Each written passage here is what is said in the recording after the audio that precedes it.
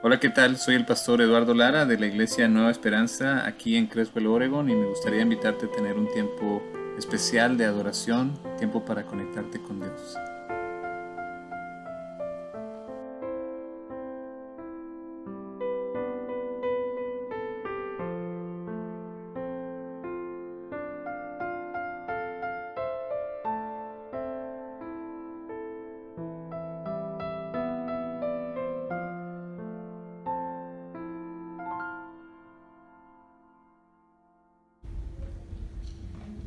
Pues sean muy bienvenidos. Dios les bendiga. Yo soy el pastor Eduardo Lara, de aquí de la Iglesia Nueva Esperanza.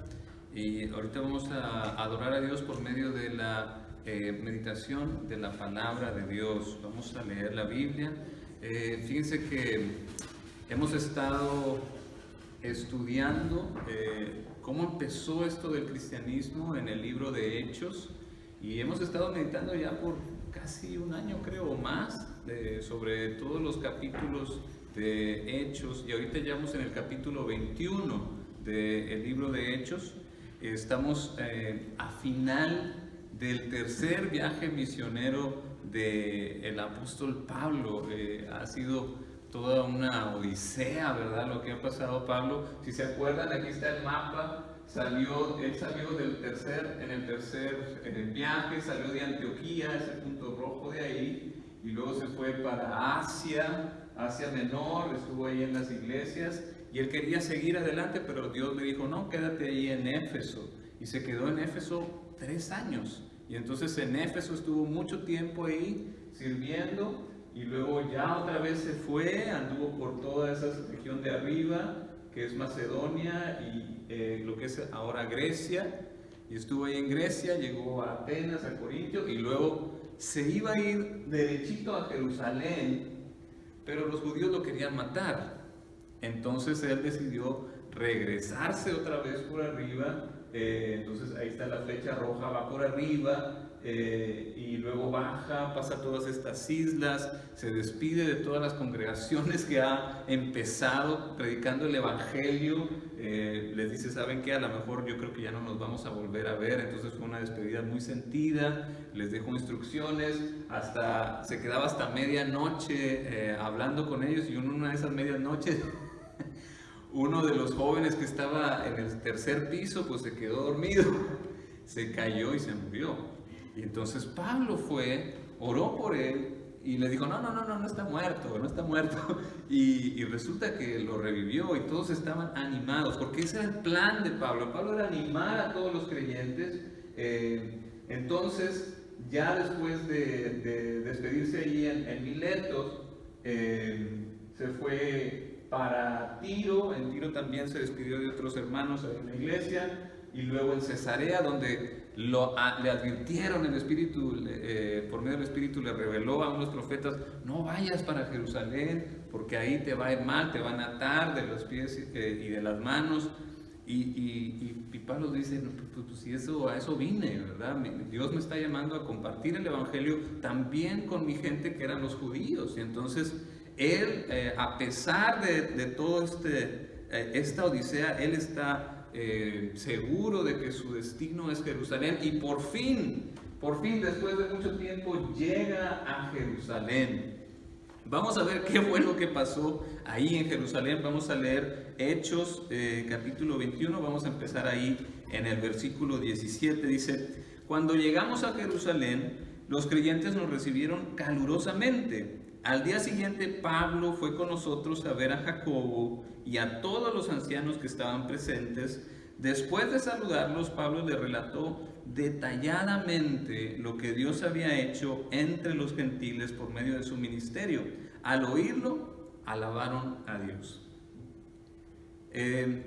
Lo primero que hace Pablo al llegar a Jerusalén es compartir con los líderes de la iglesia. Jacobo era el líder de la iglesia allí en Jerusalén, y él les compartió cómo Dios había trabajado con la gente que no era judía, y cómo muchos habían venido a Cristo. Y yo lo que veo aquí, lo que aprendemos es que es bueno dar testimonio y compartir cómo Dios ha trabajado en nuestras vidas. eso alegra, eso anima el corazón de nuestros hermanos y de nuestros hermanos en la fe. Por eso yo les recomendaría, es mi recomendación pastoral, que usted anote, que usted lleve un registro de las oraciones que hace, de cómo usted le pide a veces al Señor algo y luego el Señor le contesta, y anotar, hoy el Señor me contestó esta oración que había hecho por mucho tiempo, y eso nos va a ayudar a llevar un registro detallado, que fue lo que llevó Pablo. Pablo no dijo, bueno, pues ¿saben de qué me acuerdo del viaje que hice? No, él llevaba un registro detallado de lo que Dios había hecho en la vida de la gente que él le había compartido el Evangelio. Entonces, Dios sigue trabajando hoy en día, Dios sigue activo, y también es una manera de alabar a Dios, recordar las maravillas que ha hecho. Eso le va a traer gloria a Dios, que es a lo que hemos sido llamados. Así que por medio de un diario espiritual que usted tenga, puede ser una herramienta que le ayude a adorar a Dios, a darle gloria, pero también a animarse a uno mismo, porque cuando vienen los problemas, los tiempos difíciles, usted puede agarrar su diario y decir, ay, pero si Dios me ayudó, yo andaba buscando casa y el Señor me ayudó de una manera o de otra, llegó la casa, o yo estaba enfermo, o mi tía, mi abuelita estaba enferma, lloré o sea, ese registro le va a ayudar a animarse a uno mismo, y si usted lo comparte con alguien más, va a animar a otros. Oye, ¿qué crees? El Señor me ayudó, o ayudó a mi familia, o hizo esto, o hizo lo otro, y eso va a traer gloria a Dios. ¿Cuántas gratitudes no hay? ¿Cuántas cosas no ha hecho el Señor por nosotros? Y a veces se nos olvida. Decimos, no, pues ya no me acuerdo. Y cuando vienen los problemas, pues menos uno se acuerda. Pero si uno tiene un registro de las cosas que ha hecho Dios por mí, wow, uno recuerda y dice, ay, sí, mi Señor es poderoso, puedo estar tranquilo, puedo confiar en Dios. Bueno, así fue la llegada de Pablo a Jerusalén, dio sus buenas noticias. Y entonces Jacobo le da una noticia agridulce, ¿verdad? Cosas buenas y cosas malas. Ahí en el versículo 20 dice, al oírlo alabaron a Dios. Luego le dijeron a Pablo, ya ves, hermano, cuántos miles de judíos han creído y todos ellos siguen aferrados a la ley. Ahora bien, han oído decir que tú enseñas que se aparten de la ley de Moisés, que aparten de Moisés todos los judíos que viven entre los gentiles. Le recomiendas que no se circunciden a sus hijos ni vivan según nuestras costumbres. ¿Qué vamos a hacer? Sin duda se van a enterar de que has llegado. Ante las dificultades Dios sigue siendo el mismo, pero el problema es que a Jerusalén ya llegó el chisme. El chisme ya llegó, que es injusto, ¿verdad? Muchas veces hay gente que escucha una buena noticia y ya, pero se escucha, oye, ya supiste que aquel, híjole, así se prende, ¿verdad? El chisme, y qué pequeño es el mundo. Aún en los inicios del cristianismo ya habían escuchado de Pablo. Pablo era muy famoso, obviamente, pero ellos habían escuchado algo de Pablo que no estaba bien con ellos, y empezaron a tomarlo como verdad y empezaron a distribuirlo entre estos miles de judíos que habían creído. Muchos decían, no, ese Pablo está bien mal, y hizo esto, hizo lo otro, y no conocían a Pablo ni siquiera. Pero el chisme es muy destructivo, por eso Dios prohíbe el chisme está prohibido, es un pecado que Dios prohíbe. Pero la pregunta de los líderes es, ¿qué vamos a hacer? ¿Qué vamos a hacer? Y esta es una pregunta válida. ¿Qué vamos a hacer en tiempos difíciles, en tiempos de cambio, como los que estamos viviendo en la iglesia, como los que estamos viviendo ahorita? ¿Qué vamos a hacer? Hay decisiones que tomar. Por eso yo les pido que por favor oremos por nuestros líderes. Es una gran responsabilidad que Dios nos ha dado y que Dios ha puesto estos líderes. Tenemos que orar por ellos. No es fácil las decisiones que tenemos que tomar. La responsabilidad no es poca. Y ahora con COVID, pues muy difícil. Hubo muchos cambios en todo el mundo que la gente no sabía qué hacer. ¿Qué vamos a hacer? ¿Cerramos, no cerramos? ¿Vamos, no vamos? ¿Hacemos, no hacemos?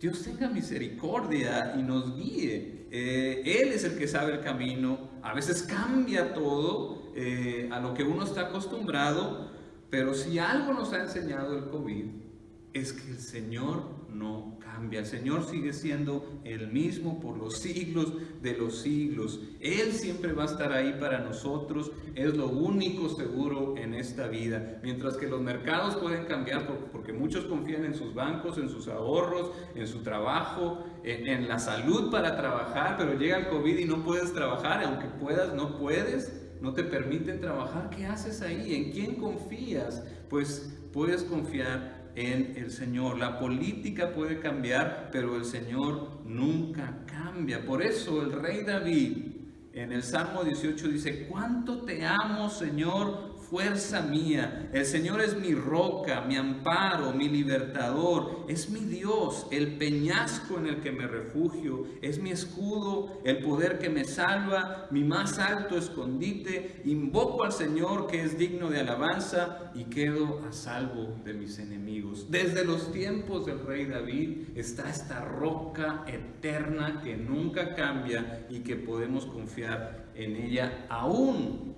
que todo se venga abajo. El Señor es nuestro más alto escondite, es quien nos salva, es nuestro escudo. Y sin duda van a seguir habiendo tiempos difíciles, pero siempre podemos confiar en Dios y en su palabra, que es eterna. Entonces, ¿qué hacemos? ¿Qué hacemos, Pablo, con esta situación que tenemos? No era fácil, no era una decisión sencilla, pero miren lo que pasó. Allí en el versículo 23, por eso será mejor que sigas nuestro consejo, dijo Jacobo. Hay aquí entre nosotros 4 hombres que tienen que cumplir un voto, llévatelos, toma parte en los ritos de purificación y paga los gastos que corresponden al voto de rasurarse la cabeza. Así todos sabrán que no son ciertos los informes acerca de ti, sino que tú también vives en obediencia a la ley. En cuanto a los creyentes gentiles, ya les hemos comunicado por escrito nuestra decisión de que se abstengan de lo sacrificado a los ídolos, de sangre, de la carne, de animales estrangulados y de inmoralidad sexual. Al día siguiente, Pablo se llevó a los hombres, se purificó con ellos, entró al templo para dar aviso a la fecha en que vencería el plazo de la purificación y se haría la ofrenda por cada uno de ellos. Una de las cartas de Pablo a una de estas iglesias donde todo este mapa nos muestra por dónde anduvo Pablo, dice: sométanse unos a otros por reverencia a Cristo. Y de nuevo aquí Pablo nos desafía y nos sorprende por su integridad. Él practica lo que predica. Se somete al liderazgo de la iglesia de Jerusalén, al liderazgo de Jacobo. Tal vez no era el mejor plan, pero él se somete, dice: Ni siquiera tenemos un registro de que Pablo diga: yo aquí soy el gran apóstol Pablo, Jesucristo se me apareció en persona a mí y tú me vienes a decir esto. Él no tomó una actitud así. Él no era la actitud de Pablo de ninguna manera. Él se somete, él practica una disciplina espiritual que se llama la sumisión. Es lo que nos enseñó a Cristo. Él se sometía a la voluntad del Padre. Que se haga tu voluntad y no la mía. Es una práctica que nos ayuda a liberarnos de la tentación de poder y de la fama que queremos para nosotros mismos. Más bien nos ayuda a negarnos a nosotros mismos y darle la oportunidad a otros de liderar, en especial al Espíritu Santo. Pablo, que estuvo por todas las iglesias, por muchas regiones, que reconocido y querido por mucho, aquí se quedó callado. Se somete al liderazgo de Jacob, el líder de la iglesia judía. Y en nuestra vida, ¿cómo se vería eso? ¿Cómo podemos nosotros practicar esta disciplina espiritual que nos conecta con Dios? Pues primero que nada tenemos que someternos a Dios, a su voluntad, rendir nuestro cuerpo, nuestra mente, nuestro espíritu a Dios. Que se haga lo que tú quieras, como tú quieras, cuando tú quieras. Y luego someternos a su palabra. palabra. Es decir, vamos a leerla, vamos a escucharla, vamos a recibirla, pero sobre todo vamos a obedecerla. ¿Cómo se ve esta disciplina en la familia? Pues en la familia tenemos que escucharnos unos a otros, tenemos que darnos lugar unos a otros, buscando el crecimiento de todos los miembros de la familia. ¿Cómo se ve esto en nuestra comunidad? Pues ayudando a nuestros vecinos con actos de bondad. Pueden ser tareas grandísimas o tareas pequeñitas, pero todo eso muestra un sometimiento a la voluntad de Dios. ¿Cómo le hacemos en la iglesia? ¿Cómo nos sometemos en la iglesia? Pues ayudamos en las tareas que hay que hacer como iglesia, ¿verdad? Sean grandes o pequeñas, de enseñanza, de servicio, de comunión, de misión. Nosotros nos sometemos y trabajamos juntos. Por eso tenemos que esforzarnos para practicar esta disciplina y conectarnos con Dios, obedeciendo la palabra, sometiéndonos unos a otros en el rol en el que estemos, por reverencia, por amor a Cristo. Pablo lo hizo por amor a Cristo. Él renuncia a sus derechos por amor a Cristo y tiene esa libertad, esta necesidad de yo tengo que salirme con la mía, ¿verdad? Y ahora que estamos en tiempos de cambios, en tiempos difíciles, a veces uno no es posible que se salga con la suya. Es que yo quería que las cortinas de la iglesia fueran azules. Son cosas que no son esenciales para el cristianismo, donde podemos ceder y no pelearnos y decir, no, aquí como no pusieron las cortinas azules, yo me voy a otra iglesia. Se pierde el centro del mensaje, que es Cristo. Y Pablo lo que quería era conectarse con los judíos, con sus compañeros judíos. Él era judío también. Por eso está obedeciendo lo que dice Cristo. Si alguno quiere venir en pos de mí, niéguese a sí mismo, tome su cruz y sígame. Recordemos que el cristianismo es radical, es peligroso. Cuando uno lo practica de verdad, es probable que te encuentres en peligro cuando uno empieza a obedecer lo que dice Cristo. Cristo nos pide renunciar a ciertos derechos, ¿verdad?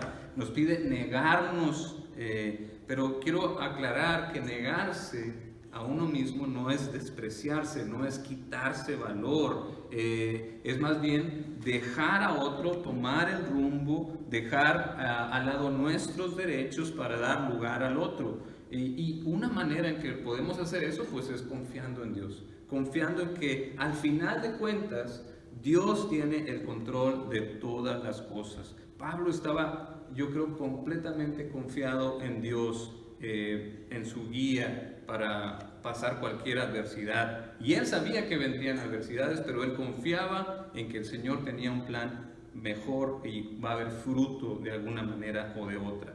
Entonces, por eso no es fácil esta disciplina de someternos unos a otros, pero lo hacemos por amor a Cristo, por amor a Dios. Pablo hace todo lo que se le pide. Para él no era un problema obedecer la ley. Él era judío, pero ahora ya había sido alcanzado por Cristo. Ya sabía lo que es el Evangelio, ya sabía la libertad que trae el Evangelio, pero él estaba buscando unificar a la iglesia. Sabía las grandes diferencias que había entre judíos y gentiles, y él estaba tratando de unificar. Entonces Pablo actúa con humildad y, para no ofender a sus hermanos judíos, se somete al liderazgo de Jacobo y hace lo que le pide. Estos hermanos estaban todavía aferrados a la ley. ¿Qué quiere decir eso? Que ellos estaban siguiendo todas las órdenes de Moisés cuando ya habían sido liberados por Cristo. No, ellos estaban siendo lo que llamamos nosotros inmaduros en la fe.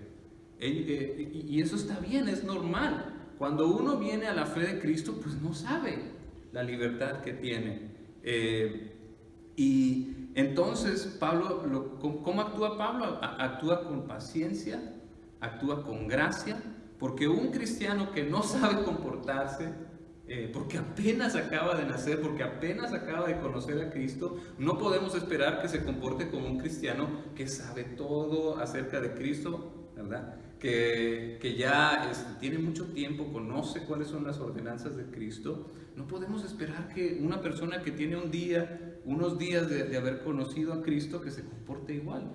Más bien tenemos que enseñarle las cosas que están bien y las libertades que tiene en Cristo, pero no por yo ser más conocedor de la Biblia y de todo eso, voy a usar mi libertad y voy a hacer tropezar a mi hermano. Por eso dijo Pablo en una de sus cartas, dice: aunque yo soy libre respecto a todos, me he hecho esclavo para ganar a tantos como sea posible. Entre los judíos me volví judío, a fin de ganarlos a ellos. Entre los que viven bajo la ley, me volví como los que están sometidos a ella, aunque yo mismo no vivo bajo la ley, a fin de ganar a estos. Entre los que no tienen la ley, me volví como los que están sin ley, aunque no estoy libre de la ley de Dios, sino comprometido con la ley de Cristo, es decir, la ley del amor, a fin de ganar a los que están sin ley. Entre los débiles, como ellos, que no sabían bien sobre el Evangelio, me hice débil a fin de ganar a los débiles. Me hice todo para todos a fin de salvar a algunos por todos los medios posibles. Todo lo hago por la causa del Evangelio, para participar de sus frutos. Y nosotros queremos participar de esos maravillosos frutos del Evangelio, esos frutos de paz, de amor, de alegría, de reconciliación, de perdón. Pero por eso necesitamos unirnos a la causa del Evangelio, unirnos a la causa de Cristo. Y para eso hay que estar dispuestos a caminar el camino de la cruz, a negarnos a nosotros mismos, a dejar nuestros derechos a un lado para ayudar a otros a que puedan conocer mejor a Cristo.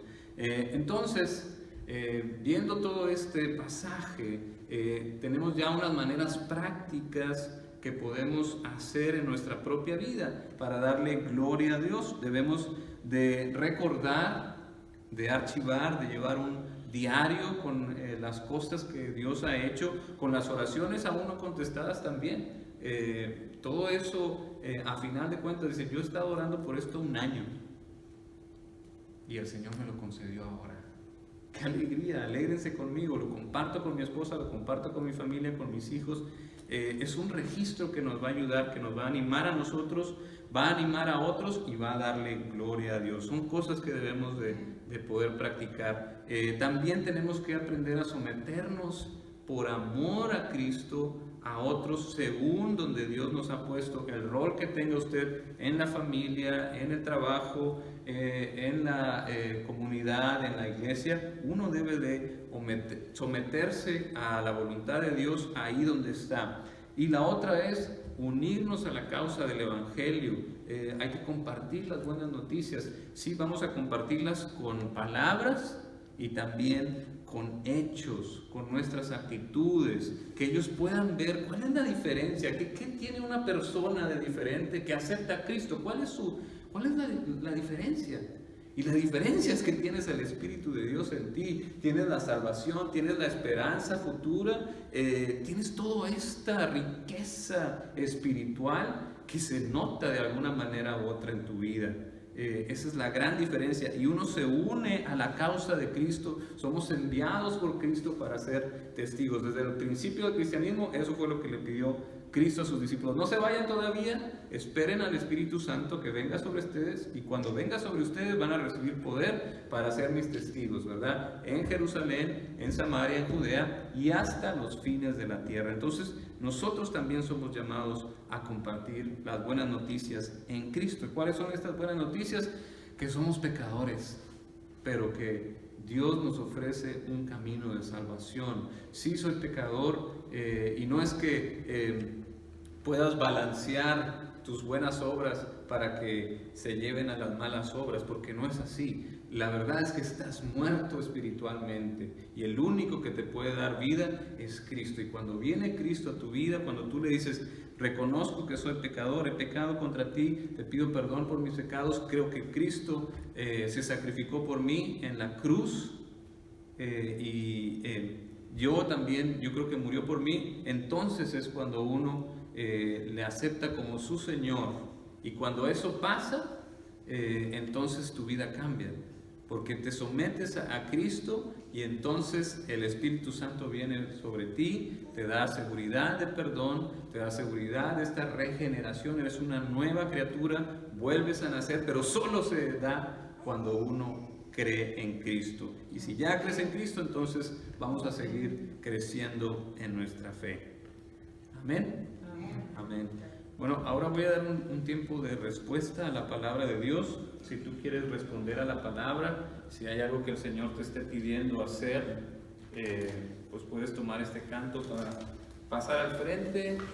Si no has recibido a Cristo como tu Señor, si dices, hoy yo creo que sí, hoy es el día en que voy a entregarle mi vida a Cristo, yo creo que Él es el único que me puede salvar del pecado, entonces puede pasar al frente. O si se quiere bautizar, puede pasar al frente. O si tiene alguna otra cosa que el Señor le está diciendo, le está pidiendo, puede responder de esa manera. Si no quiere pasar al frente y dice, no, yo no, está bien, no pase al frente, pero puede hablar conmigo después, o puede hablar con un miembro de la iglesia que le diga, oye, ¿qué es eso de la salvación? ¿Cómo puedo yo convertirme en cristiano? ¿Cómo puedo tener un nuevo nacimiento? ¿Cómo puedo tener esta paz de la que hablo? Bueno, hable con alguien, hable conmigo, hable con alguien de la iglesia, pero responda a la palabra del Señor. Y si el Señor le está pidiendo otra cosa, pues yo le pido que sea sensible a la voz del Espíritu y haga lo que le pide. Entonces voy a poner este canto, que por cierto viene de Cuba. Vamos a cantar. Enviados